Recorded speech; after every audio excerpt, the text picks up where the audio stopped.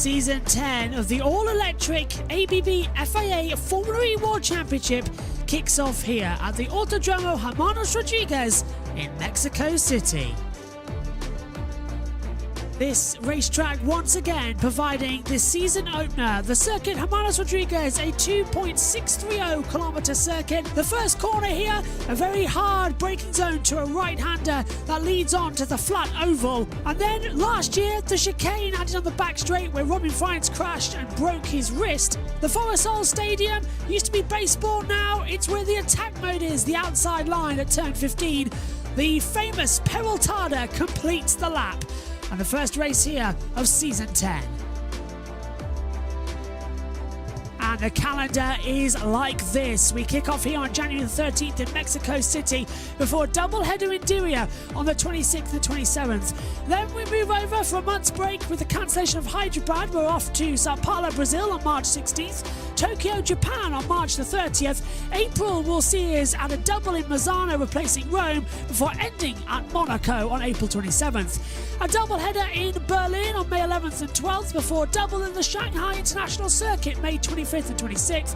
Portland does the double on June 29th and 30th. And the season rounds out once again at the XL Centre in London on July 20th and 21st. A 16-round calendar in 2024.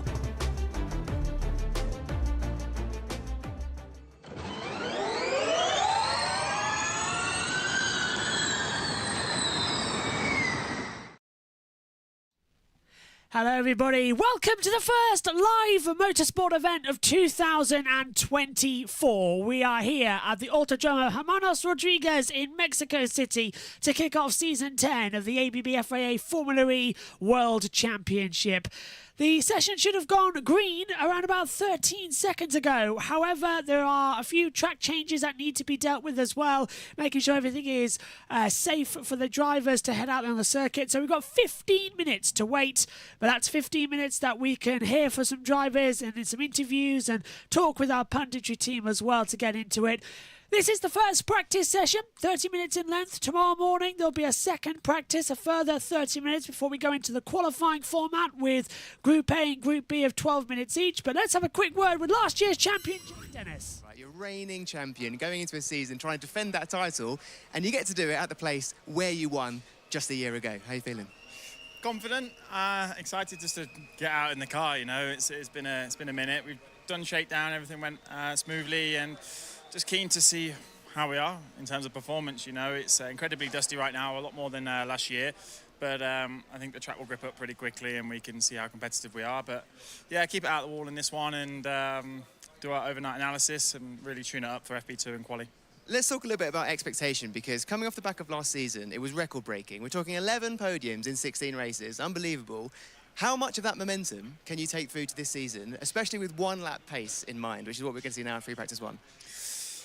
I mean, it's a long time since London, though, isn't it? A lot's happened. A lot of tuning has gone on since then, but I mean, hopefully we can take it forward into the season. But yeah, there's no reason why we can't. But so much has changed since then, and nevertheless, super excited to just see where our one pace is at. Around here, qualifying is super important. Overtaking is one of the more trickier sides of the calendar, but nevertheless, it is still doable, and I think if we can start in the front 3 rows, you can win the race. Great to hear. Well, the big difference is this time last year, nobody knew how these cars were going to work. They didn't know how the braking was going to be, etc. You've got a season underneath your belt now. What sort of expectation do you bring in to... What sort of racing might we see this weekend? I think you'll see a lot of action at the start of the race. Track position here is quite important, so you need to sort of get into a good position quite quickly, because as the race sort of starts to ramp up, we actually have a decent amount of energy for this race. You can then, you know, hunt on and not sort of dilly-dally. You can drive quite quickly. So it's a track position race. Qualifying is obviously important. And yeah, first race of the year, people are always a bit rusty. Might make a few mistakes here and there, and they need to capitalise on that. But hopefully I'm on the fortunate end.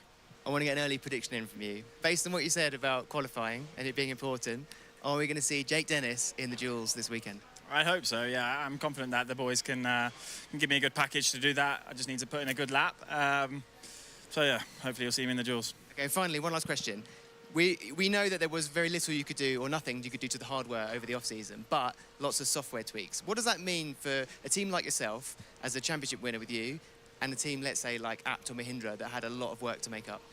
I mean, yeah, the workload never stopped from our side either. Even though we had a great car, you still made so many changes from London, from Valencia. So it's been like a snowball effect. It's just the progress is never ending, and hopefully we've continued the momentum from London. But you know, the slower teams obviously have an easier time to catch up because you know there's a bigger deficit. So I would imagine the whole field would get even closer, which is pretty impressive because I think it was only a couple of attempts separating like the top sort of 15 in London. So it's close already. It's going to be close today, and yeah, we get a first taste in about 10 minutes. That's what we like to hear. Cheers, Jake. Cheers, mate. Jay Dennis there talking with Saunders CB, and he's our reigning champion from that amazing weekend in London where on the Saturday everybody stopped still and there was a car park, and then on Sunday the levels of water was almost biblical. We managed to get a race in, but we were waiting around for around about 3 hours. It certainly was an interesting weekend.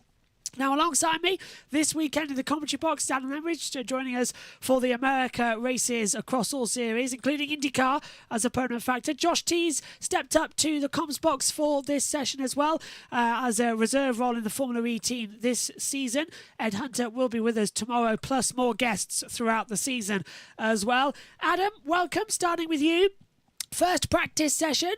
They've had 6 months since London, 3 months since pre-season testing. Everybody's very much still got Christmas on the mind. We're 12 days into the new year and it's time to go motor racing. How are you?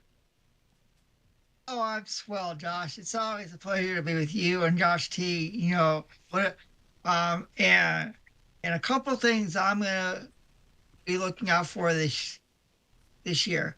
One, I said Nick Cassidy would win the World Championship, and he has a Kiwi teammate at Jaguar in Mitch Evans. They've known each other since kids. How will they get along as teammates? Jake Dennis won here last year. Can he make it 2 in a row?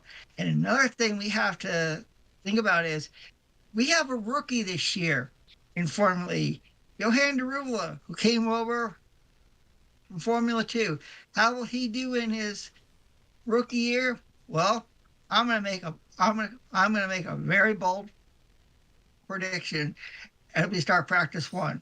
I think Johan Derula wins in Formula E. I don't think toward the beginning of the year, but I think once we get to maybe either Portland or the season season pilot weekend in London, I think we'll see Johan Derula a top step of the podium. What do you think, Josh? You think that could happen? I certainly think it's a possibility. I mean, he's a fast driver across many of the series that we've seen him in. Derula, of course, in the Formula 2 Championship for many a year. Now he's crossed over here. I think by the end of Portland, if you're not winning races, then I think you've got to be looking at it. It's the closest field we've got in years. It's an evolution on generation number 3.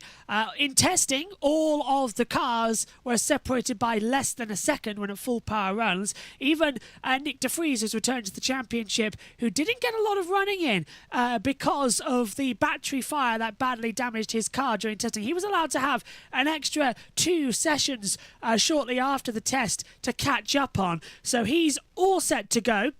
Have just had the confirmation. You can see it on your screens if you're watching along with us on YouTube and Twitch. Welcome to you. That practice one will start at 16:45 local time. The current time is 16:37, so we've got a few more minutes to wait. It is because of the track conditions. That's all the information we've got. They're having to check some things out there on the circuit, make sure it's all okay. We should have been into that procedure now, so it is a 30-minute session we are waiting for. Josh T's with us up in the comms box as well. He was with us earlier on in the JB Motorsports podcast, which you can listen to via Amazon Music, Apple Podcasts, and as well Spotify. It's also available on YouTube and on Twitch as well. Episode 2 being uploaded as we speak to Twitch, so it's taking a little bit longer. Josh, welcome back. Whole new year, ready to go, and fingers crossed we can get out there on the circuit soon, because it's very much what we all want to see, exactly who's hot and who's not. Yep, absolutely. Hello, everybody. It's the start of a new year, and as Adam was talking about Deruvla, keep an eye on him at Monaco, of course, because he has raced round there many times. But yep, Nick de Vries coming back, but shortly we're starting season 10. It's gone by so quickly. It has. I still remember getting up at something like 3 o'clock in the morning to watch qualifying for the first ever E-Prix back in Beijing in 2014. It wasn't available live in the UK. ITV4 only broadcast the races, and we didn't have it on YouTube back then, so I had to watch a delayed upload to YouTube in shocking quality in order to commentate on that session after the fact. And by the time we got to the race, it was all hands out and all action to see who was going to be fastest. And of course, it ended with Prost hitting the side of Heidfeld barrel rolling into the top there and going back down. Driver who has changed, and Saunders is interviewing him on the screen in front of us, is Sam Bird. He's moved over to McLaren, the Neon McLaren Formula E team as well. And Adam, last year here in Mexico City, when we were joined by Mark Preston in the commentary box, he said that it was the worst start to the season for a driver. Jaguar and all over, and I even asked him the question, would Sam consider retiring from Formula E at the end of the year? And he said if it continued like it did, he didn't see him staying at the team. He was right. He's moved over to McLaren. Is this the start of something better for Sam? Effectively back to the team he was in 2012 when he was reserve driver for the McLaren F1 team. So he's back with the team. Yeah, I think this is a great move for Sam Bird going over to McLaren, this year. Fresh start. I think he will win races. I think he will be a contender for the championship, and I think he'll finish in the top 5 come season end in the points championship. Really talented driver, so I expect really good things this year from Sam Bird in the McLaren.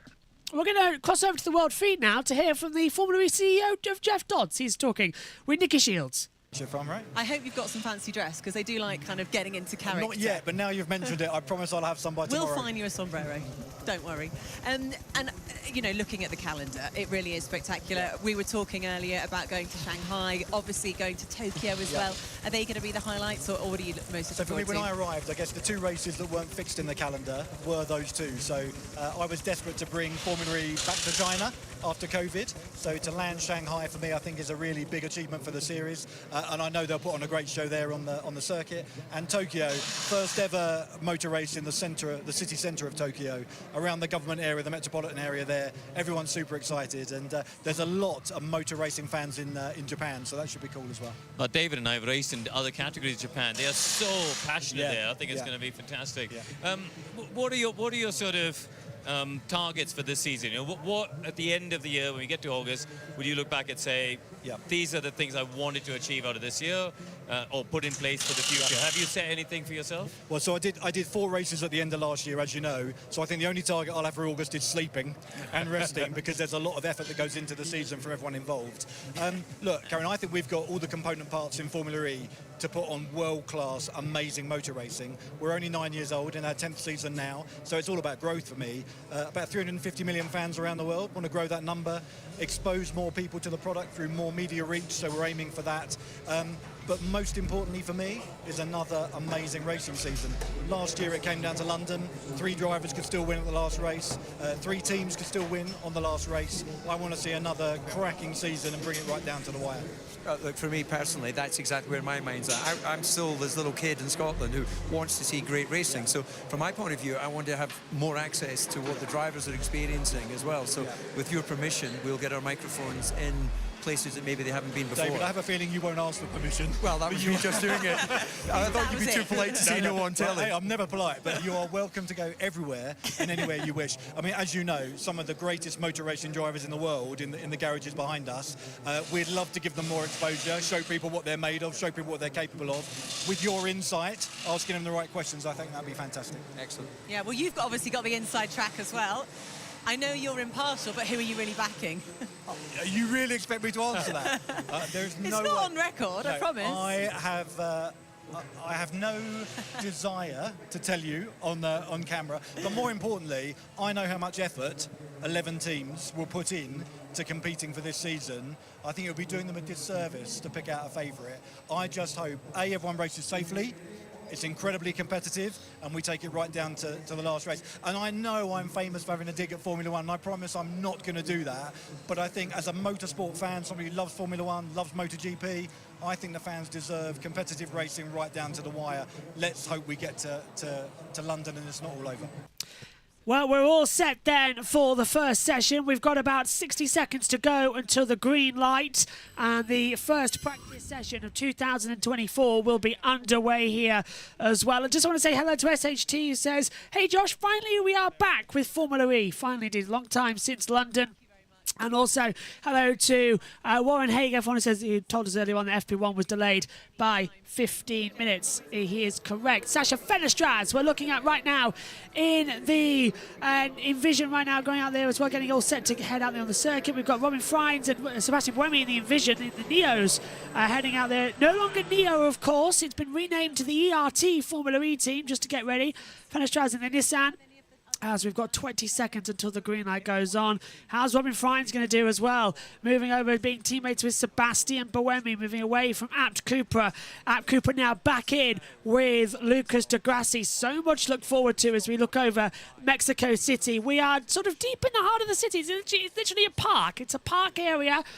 And the first practice session of 2024 is underway. The green light goes on and the cars will fire out into the track around this 2-kilometre circuit. Away they go. You can hear it in the background. And we are underway. Finally, we've had testing, a total of 48 hours. Now all that can stop. Out onto the track they go. They're all circulating one by one. You can see on the driver tracker as well. And it's an unusual pit lane here. It feeds on the inside line of turn number 1, and then onto a flat oval circuit of turns 2, and then back up towards the Formula 1 layout where you have turns 4, 5 and 6, another hard hairpin braking zone which last year provided a lot of overtaking opportunities for the drivers, and then swing it back up, hard back on the accelerator, sort of a chicane at 9, 10 and 11. That's of course where Robin Friends broke his wrist last year, as TV pictures having a bit of a nightmare. Bidaliari team livery reminds me of season 1. Next Tev TCR iRacing race car livery. Yeah, so the ERT Formula E team is the old Neo team. They've just rebranded. Here's Daniel de Grassi, Abt Cooper. So recharge is not working there for Lucas de Grassi. Looks like the graphics have failed so far up here. Lucky our graphics are on, but the World Feed graphics have failed. And Adam, it's nice to see... Oh, they've come on now. Nice to see cars out there on the circuit as they come through the Folosol Stadium and into the Peraltada. Yeah, Josh, it's so good to see the FIA Formula E cars back on track at a track we all know thanks to Formula One. And I said Nick Cassidy would win the Formula E World Championship, and I'm going to tell you why. When you think about the drivers who have come from the country of New Zealand, you think about Scott McLaughlin, Scott Dixon, and of course, Shane Van Gisbergen. And they've won multiple championships across different disciplines. Scott McLaughlin, obviously, winning it in the Repco Australian Supercar Series, and also Shane Van Gisbergen. And we can't forget about Scott Dixon, who is a multi-time NTT IndyCar Series World Champion. And, you know, those Kiwis down there, they love to race, you know, some really great talent. So That's why I'm going with Nick Cassidy to win the FIA Formula E World Championship for Jaguar this year. I just got a funny feeling that the Kiwi momentum heads here to Formula E and we see a world champion come from New Zealand. I tell you what though, Josh T as well, he came close last year, did Cassidy a remarkable run in the second half of the season as Dennis has backed out of his lap as one of the Maseratis swings around the outside of him. That is Max Gunther. As we take a look quickly at Sergio Sette camera down at turn 1 in the ERT, and he's just locked up and went straight on. He's on the Formula 1 layout now. Did not even stop. The camera's literally having to crane around to see it.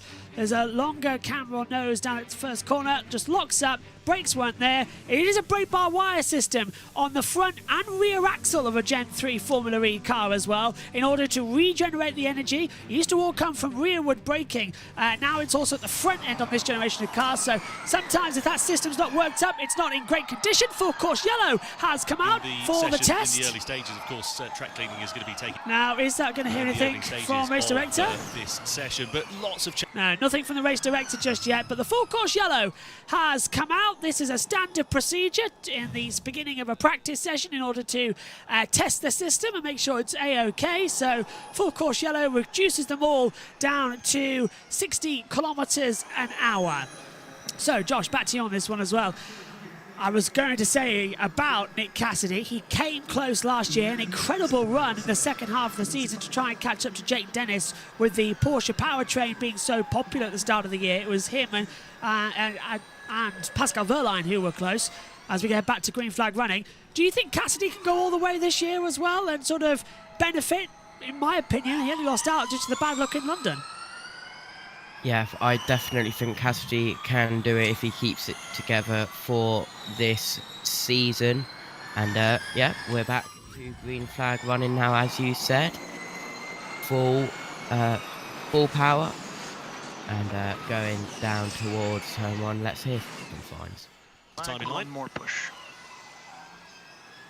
So he's going for one more push. I understand if that's what he was saying over the radio. There's the timings at the moment in full. Nico Muller is the opening gambit on a 1:26.79. Maximilian Gunther from Johan Jaruvela, Sebastian Buemi and Robin Freins has the top 5. Then Nick Cassidy, Dan Tickton, Mitch Evans, Jean-Eric Verne. Big slide from Robin Freins coming out of turn 6 and 7 though. Down into the braking zone for the 9-10 chicane. Oh, and he's locked the rear tyre and he almost lost it into the wall, and Freins already having to just readjust. Of course, they haven't driven these cars. They had a shakedown session about 3 hours ago, but they were limited in speed. They couldn't go full power. So already, actually, guys, Robin Freins' car, you can see the regeneration of energy on the front and back on the graphic that's popped up. Especially, Adam, it's just twitching. It's nervous. It's not dialed in yet. Yeah, you know, it kind of looks like Robin Freins is drifting through a few of the corners, and I think it'll take a couple laps, and then he'll get it right. And how about the rookie Johan Jaruvela so far, looking really good here in practice 1. It's 10th. I said he could win, you know, and I'm going to stick to it. Yellow flag at turn 16, car 7, which is Maximilian Gunther going slow, coming out of the Peraltada, and is crawling down the start-finish straight. We've got a green flag out now, so track is clear, but Gunther on the driver tracker is stopping. So I wonder if that yellow flag is out now at the finish line at turn 1. So Max Gunther has got a problem, and is this going to be a red flag as Mitch Evans goes to the top on a 1:15.617? It is Max Gunther, and it's a red flag. Red. So we've got a red flag to stop the session. Max Gunther's car has stopped at the exit of the Peraltada just across the finish line, and he's hit the wall because it's a rear right suspension problem on the car. So he's whacked the wall somewhere, and the red flag comes out. Now the clock doesn't stop. The race control have an option to extend the session if they feel it's needed, but we've got 22 minutes 40 on the clock, and the red flag's out, Josh, and it looks like he just clouted the wall, according to that. Yeah, well, with Sette camera, we had the first run off down into turn 1, we will see so much. Let's actually have a Ooh! look at the replay, Gunther. Gets on the dust at the exit of the Peltada. The car snaps round on him and he just hits the wall. Very akin to what Valtteri Bottas had back in 2019, Adam. That exit of the Peltada, it's flat out and there's just so much sand almost, and he just runs the tyre and then it just pops off that Hankook. Yeah, it looks like Max Gunther was.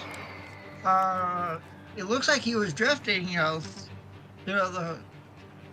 Peltada, and he just hit the wall, and not the way he wanted to start. As we have great camera, an onboard look here, and yeah, it looks like he just drifted, like we would see a drift car do, and just hit the wall. So that's the way he wanted to start practice 1 for 2024. So red flag. Let's hear from him. Another 2 or 3 minutes to clear up. Suspension. Yeah, Gunther. Can you Convincingly bring there it back to the from- box?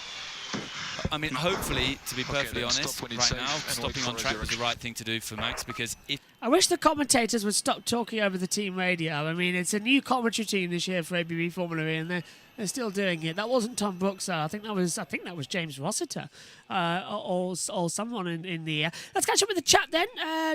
SHT. Hello as well out there, Sean. Says, a number of drivers and teams reunions with Degrassi back to App, Roland back to Nissan, Freins back to Envision. These 3 drivers had their own big success in the past of their Formula E career with these respective teams they returned to. I'm expecting Gunther to have a good season. Hello. He's having a mega second half of the season for Maserati with a win and a number of podium finishes, and not a start of the season that Gunther wanted. SHT, it may have been a couple of months, but you have lost none of your cursing power, it seems as well. There's our first commentator's curse of the year, and it goes to SHT as well. So, Josh, we're just going to have to wait, and everyone's already playing the bingo of saying as well out there in the comms box. Hello to Astral, who says, thank heavens cars go round a track again. I know what you mean. I was nervous coming into the commentary box, but as soon as that green light went on, everything was back to normal and we feel happy again. But yeah, I'll tell you one thing, Josh, well, this is going to be killing the drivers because they had to wait an extra 15 minutes. They got 6 minutes of on-track action and the red flag came out. They need to test these cars because it's a lot of software changes this season, not the hardware. It's the development on the software, so they've got no idea if it actually works long run. Yep, absolutely, and to be honest, I won't be surprised if the session gets extended by the race directors. But we will have to see. There is Deruvula in the car. Medical car's gone out on the circuit apparently as well. That's probably to recover him. You can see it on the driver track if you watch along with us as well. SHT says, Buemi hasn't won a Formula race since Season 5 in Race 1 at New York City. Yep, it's been a long time. There is Sebastian Buemi on our screens now in front of us.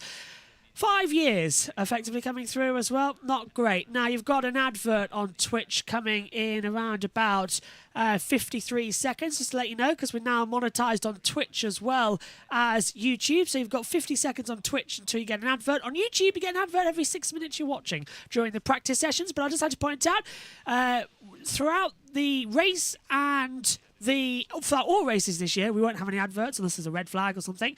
And during qualifying, there'll be natural breaks. So in between the sessions, we'll throw in an advert. So it's all natural stuff this year coming into it as well. But as we take a look at the moment, they're still recovering Max Gunther's car. So let's go through the timings as it stands at the moment for you and open up the big battle screen pad. It is Mitch Evans, fastest for Jaguar TCS Racing. It's a 1:15.617. Then it's Jean-Eric Verne for DS Penske, followed by Sebastian Buemi, Pascal Wehrlein, Norman Nato has the top 5 for Andretti Formula E. Then we get Antonio Felix da Costa. Sasha Fenestraz is in 7th as we lose TV pictures as well up here in the box. And then we get Jake Dennis, Nick Cassidy, and Nico Moore in the top 10. Lucas de Grassi, Stoffel Van Dorn, followed then by Nick de Vries, Robin Freins, Dan Ticktum, Johan Jarubla, Max Gunther, Oliver Rowland, Eduardo Mortara, Sergio Sette Camera, and then, Sette Camera, Hughes and Bird, not yet setting a time. Josh T, I really hope this isn't going to be the norm and we have adverts on TNT. Usually they're so good, but now we've got nothing to watch. Yeah, but the power is of the backup coverage. Hold up. Have you got Discovery Plus? Oh, well, that works. YouTube. Is he on? Oh, okay. I didn't know that. Okay, Adam, what do you think of the first of the session so far? It's been quite enjoyable. We've seen, everyone, shaking out their cars, and Johan Darula has been fast his first time out, in a practice session. So could he be a surprise when we get to qualifying tomorrow? I think he could. It could happen. I think, yeah. It could very well happen. I really hope that's a possibility, actually, as well, that there's something coming on the board for all of that. And I don't like these adverts on Twitch. They need to be less than this. It's getting annoying to come into it. I'll change that going forward. It's not. I don't like that it's such a long ad break. I know we'll do a red flag, but it's not good to have that going in. So we will change that. I'll try and see if... actually, I can do it now, actually, when we're under the red flag. Cars are just being relieved back in, by the way, so you do not have to worry about that. Gunther is walking back down the pit lane. Okay, so Gunther is going through. I can't... for some reason, I can't change the frequency. Ad break... What? Oh, it's so annoying. Half a minute ad every 60 minutes. Yeah, that works for me. It's just so... it's so bad to come into it. So there we go. I've changed that setup for you back there going into it. As we are expecting a green flag time to come through soon. But TNT Sports, this is what we've got to look forward to, everybody. They've gone to an advert and we can't see any TV pictures. Josh T's got it there, though, to come through, and hopefully he'll be able to help us if they do an interview at this point. But let's hope they don't do this during the race in a safety car or red flag. That's not what this is about. And get off. Come on. Get back on TV pictures. That's what we need. We're losing viewers here because we can't show or do anything coming into it. So we've got another 15 minutes. We've been under red flag for 7 of those. As Gunther's car's been retrieved. Still red flags out on the track. Yeah, look, Quest red. Yeah, get off it. Get back on. We don't care about a crime drama. We want pure racing action and drama coming into it. Okay, Josh, you're not going to be with us for the rest of the weekend. Actually, you might be with us for practice 2 tomorrow. I don't know where Ed is for that one. But I just wanted to ask you a quick, outside of Formula E, what other major racing event are you looking forward to this year? Daytona 24. As for the Rolex 24, that's the first one. Just having a quick look at Gunther's accident again. Just drifted out wide onto the dust. Just got the corner entry a little bit wrong, which caused him to drift out. British touring cars. I'm always green flag. Looking forward to the British touring cars. Oh, okay. We are going back to green. Really strange, awesome. Actually, that TNT come back and all of a sudden the green flag goes on. It almost feels like it's all being worked around TNT Sports at the moment. That's a little bit interesting. But green light goes on then with 14 minutes remaining in the session. Car 3, Sergio Sette Camera, is under investigation for overspeeding in the pit lane. So Sergio Sette Camera been a bit naughty and has gone too fast in the pit lane there. Buemi, and the last 6 Formula E seasons, that was the only race Buemi has won. Yeah, not great then coming into it, as we're back out on track now for the drivers, and they'll venture out and see what they've got to offer in this championship. The 2 McLarens there, Hughes and Bird, following the 2 Andretti's going forward as well. Mahindra here, of course, this weekend. Nick de Vries coming in as well with Eduardo Mortara. We talked about it on the podcast this afternoon with Josh T and Jess Ball about Mahindra's AI, Ava Rose, being fired. I just want to get your thoughts on that, Adam, quickly as well. How idiotic of Mahindra to have that, and it just took all the excitement away. It spoiled it a little bit in my books. Yeah, when I heard the news about Mahindra having an AI, I'm thinking, really? Yeah. Really? You think about, I mean, there's so many talented females in the motorsports world right now. I'm kind of glad Mahindra got rid of that AI because it wasn't needed. To me, it was a joke. I'm glad they got rid of it. I mean, if Mahindra wants someone proper, they should go out and go get somebody. Yeah. Instead of having an AI. It makes sense to me. Makes sense to me. Go on, Justin.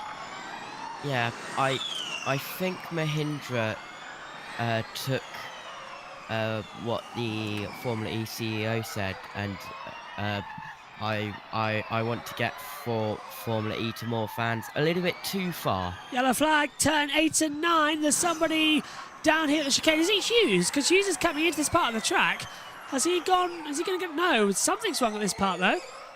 Well, not seeing anything. It's gone green now, but there was literally there's a yellow flag where Hughes literally just went through, and nobody was there to cause that problem. So I have literally zero idea what's happening here. Look, yellow flag, turn 8 and 9. Evans were also going through that part of the section. Did someone? They might have cut it. Yeah, they might have gone straight across. Go on, Justin. Mortara and de Vries were also in that part of the track when the yellow flag came out, as well as Hughes. Hughes just getting behind there. One of the Mahindras one of the Nissans, across the line as Hughes goes into 5th position. Trying to work out which one it is. It's quite hard to tell on the driver trackers at the moment because they're still not working in great detail for me to come through. Well, it's a 48 of red. That will be Mortara. I was going to say, it's 48, so it's Eduardo Mortara. Gunther's car's back in the pit lane, and they're already starting work on it because they have got the Joker shut down as well, so they'll have to get it back. And if they can fix it, he might be able to get back out in this session as well, which I think there's a possibility Gunther might go out again if it's just a broken toe link, as we see down at turns 4 and 5 in the 2 sectors coming through. Joining now back up with Oliver Rowland coming through 9 and 10, and loaded back up in the 2nd sector into the Forest Soul here. Do you think Ollie Rowland can have a good season, Adam? He's back with Nissan as well, and I think a lot more comfortable this year as well compared to the previous years. He has got all eyes on getting victories. I do, Josh. I think Oliver Rowland at Nissan is a perfect fit, and I think Oliver Rowland will win a few races, and I think he will also be a contender for the championship. He's a very talented driver. He's loads of experience. I think Oliver Rowland is one driver you cannot look past when it comes to the Formula E World Championship this year. Van Dorn and I believe Cassidy, is under investigation for an attack charge procedure. Now, the attack charge is not the same as the attack mode. Attack charge is where you come into the pit lane and recharge the car 4 kilowatts of energy to use for the rest of the race. It's a new procedure that will not be... session will end at 17:25, so they are extending the session, as Josh T predicted, this first session. So practice work will go on until 17:25. That's an extra 7 minutes or so for what we had. So we've got Van Dorn and Cassidy under the investigation for the attack charge. So they've done something well. That's a DS Penske. And and Jaguar TCS. So they've done something wrong in the pit lane, because you're allowed to test coming into the practice sessions this recharge system, as Boemi, who's my pick to win this weekend here in Mexico City, is currently P1 on a 1:15.182 with a good lap time. Suddenly I'm feeling a little bit wiser about my choice. But yeah, not great there, Adam, that we've already got 2 drivers under investigation for this attack charge procedure. Yeah, and one of them is my pick to win the World Championship. And my pick to win the race this weekend, Jake Dennis, so far is in P2. I'm looking. I like that. I like that. Mitch Evans has just rocketed up to the top of the board in the Jaguar on a 1:14.985. He is 0.197 faster. Here he is on the radio. Stats. I'll tell you what, I'll do some research on that. We'll head down to Saunders and see who's found in pit lane. Yeah, it's interesting, and it's definitely not like me to get ahead of myself, guys, but I'm just looking at the timings, and we talk a lot about the domination effect of the powertrain. Last season, it was largely the Jaguar-powered, the Porsche-powered, and a little bit the DS Penske-powered or the Stellantis-powered.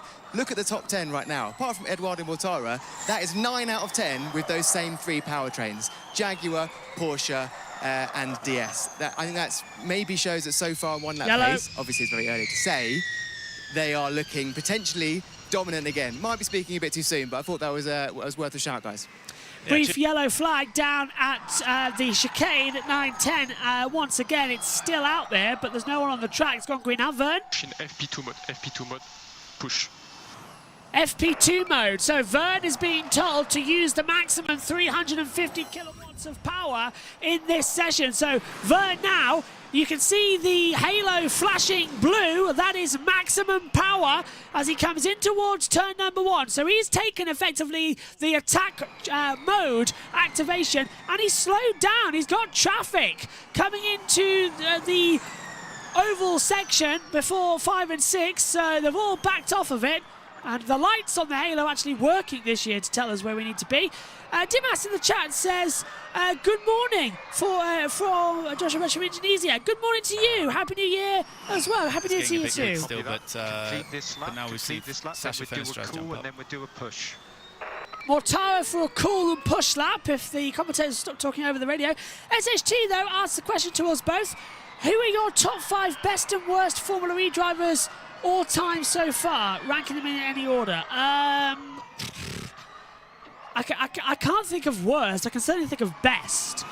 And Boemi, Degrassi, Vern, I think Da Costa, and the 5th one, I'm trying to think off the top of my head who I really enjoyed watching and not in it. To be honest with you, I do like Eduardo Mortara. I think that's my top 5 off the top of my head. You got any, Adam? I'm going to agree with you on the top 5, Josh. All of them have been so talented since I started watching Formula E, and can't go wrong with any of them. It's hard to have worst. And I don't have any. I mean, those 5 you mentioned, those are my top 5 easily.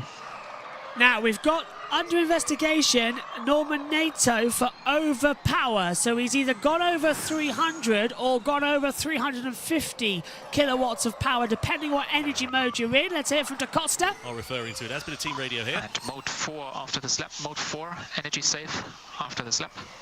So Da Costa wants to energy save on his lap times. The session has been extended, by the way, as I keep mentioning, as Verline's back out on the track. So Sete Camera yet to actually complete a time as Da Costa tries to take attack mode at the exit of turn 15. Gets it a little bit wrong as he enters the Forest section of the track. Car drifting at the rear and continues to get the power down. Formula One are looking at this section to try and bring it into the racing, to have the pedal to the back, but the barrier a little bit close for speeding at the exit there. Da Costa was already drifting around on the exit. He's gone 4th fastest on a 1:15.156 to put it back up there on the times. Now we take a look at the Nissan into the back now as well. I don't think that is going to be Roland, is it? So I can't quite tell who it is on the monitor.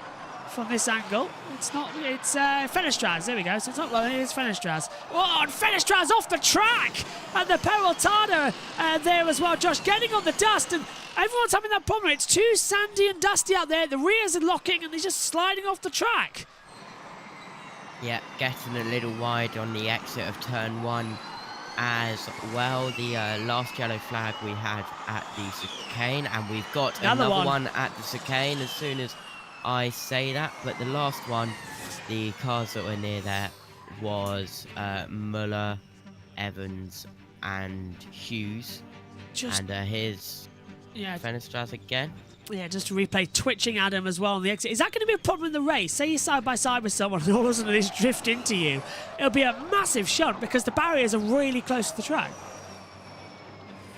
You know, I think that is going to be a problem, especially when we get to qualifying regarding the duels and in the race. I think if you're not single file to the Peraltada, I think you could have a number of accidents there. So if I'm all the drivers, I take it as safely as possible as I can and not make any mistakes.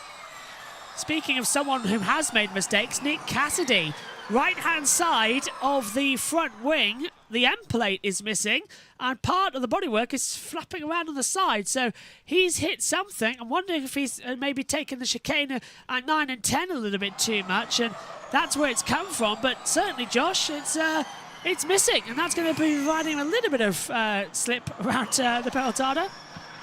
Yeah, and you can see Cassidy twitching as he comes across the line. What is his time? He doesn't go faster. 2.2 seconds off the pace as he struggles to grip, as well as, you might well look a little bit worried there. James Barkley, team principal down at Jaguar, with some new specs on this year, I noticed. Adam too wearing new specs. I mean to get some. I've had the same pair since 2016. I feel like Haas's front gunner, which hasn't been changed in as long. But there is the damage, Adam, on the Jaguar, and it's a clean swipe, so he's hit something on the... It must be 9 and 10. Must be at the chicane. I believe it is, Josh. Yeah, and Nick Cassidy, he did have a strong year, you know, with the Kiwi teammate Mitch Evans at Jaguar. I think Jaguar has got a good shot to take home the team's championship this year. Two strong drivers from New Zealand, and like I said, there's something about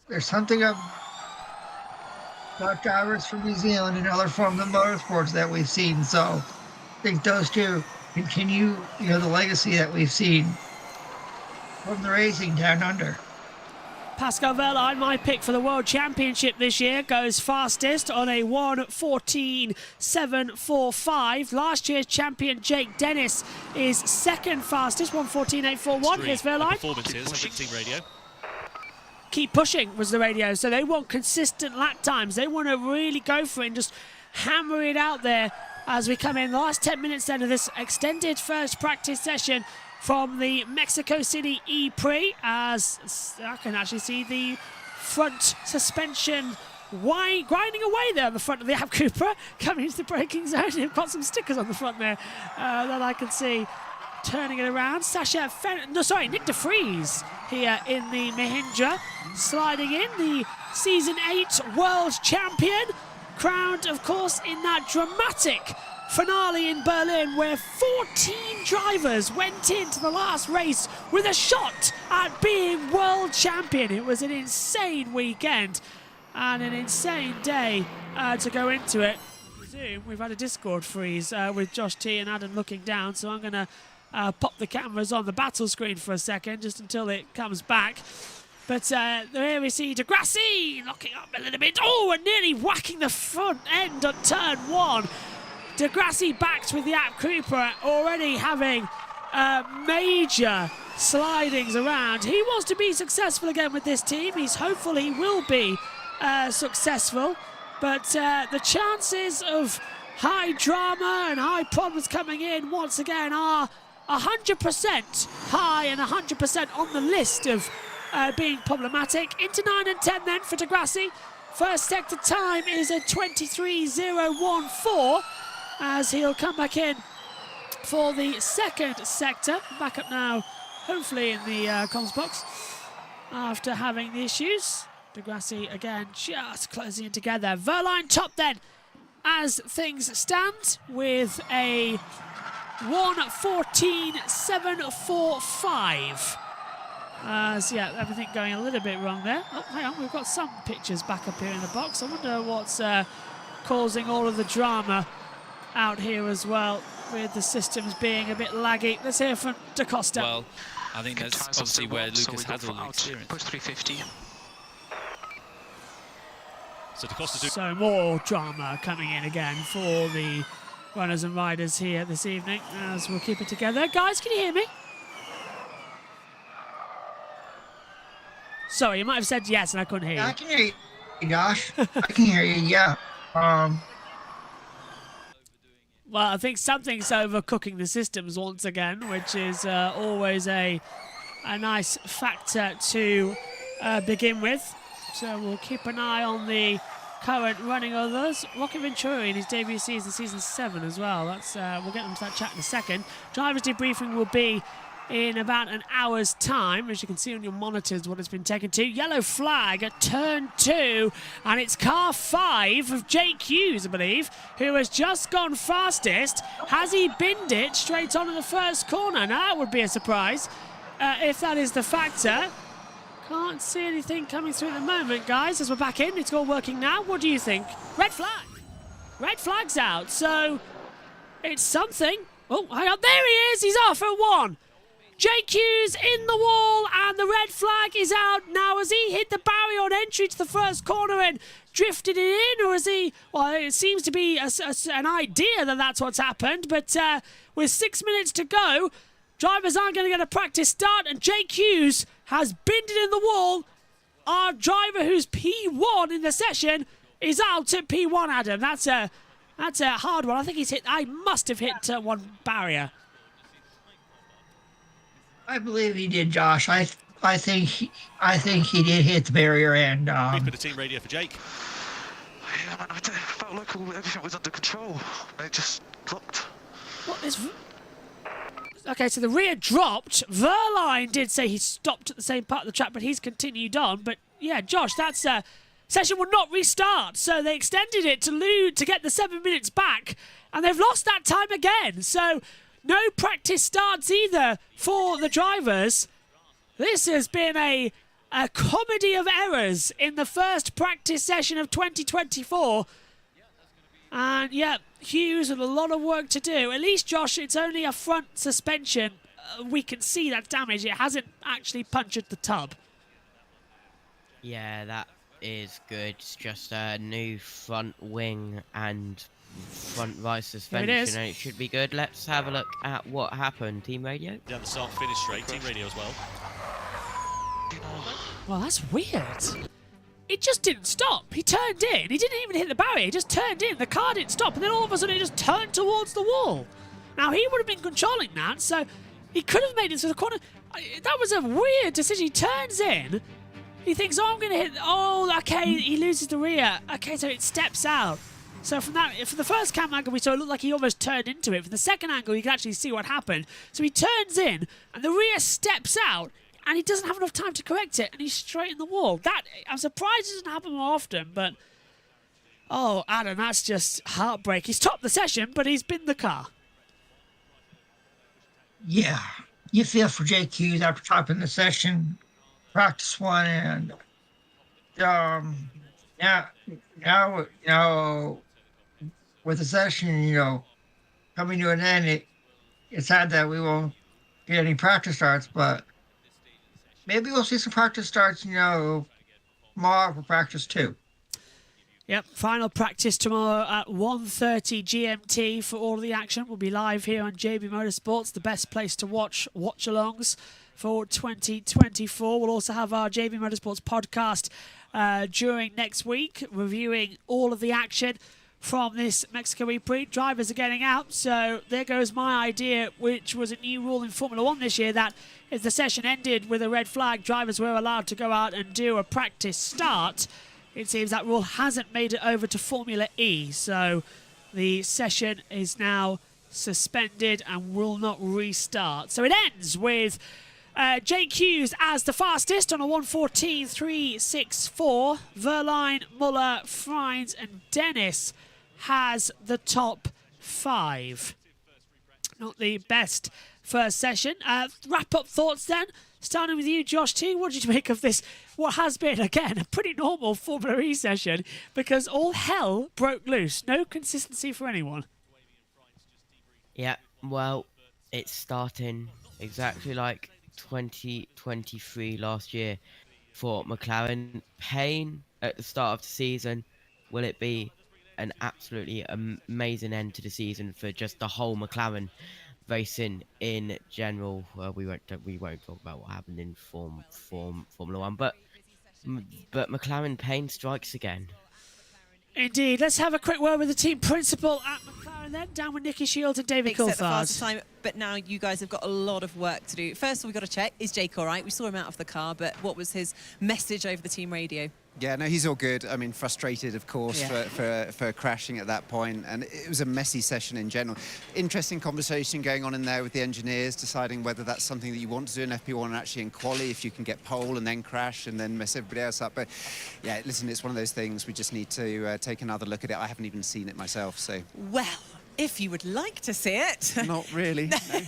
With the magic of TV, let's take a look at a replay of what happens here with Jake Hughes coming down that start-finish straight.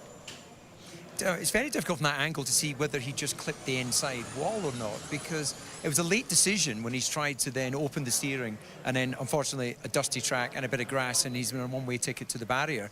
But I wonder if another camera angle can just tell us, did he clip the inside? I think he might have, actually. Possibly a little bit. I mean, when he came on the radio straight afterwards, he said that he felt all under control, and obviously he just put a cracking lap in. So, yeah, we just need to take a look at it, understand what's happened, and then regroup for tomorrow. Yeah, well, he's just, we can see there, fit and well, talking with the engineers. As a driver, you've got the joy of knowing the car is quick as the session's evolving, and then you've got the frustration of when you rebuild a car, of course, sometimes psychologically it feels a bit different. But actually, explain to me, how good are the spare parts in Formula E in terms of being able to replace, set the car up, and it's pretty much where you would expect it to be? It's not so bad. I mean, we saw actually with Maxi Gunter obviously having his moment off the track and then getting the car ready again and getting out there. So it's no, I think as long as the chassis is okay and we haven't sort of punctured anything from any of the components at the front, I think we should be okay. But we'll let the mechanics take a look and see how much work we've got to do. Yeah. Well, on that note, we will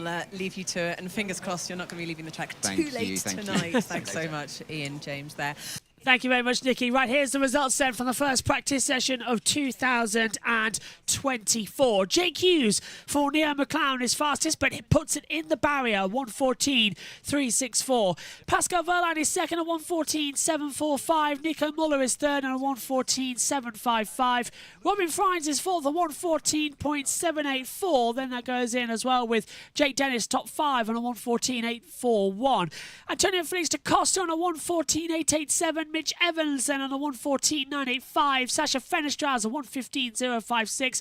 Oliver Rowland a 1:15.085. Norman Nato the top 10 a 1:15.181. Sebastian Buemi halfway in the grid on a 1:15.182.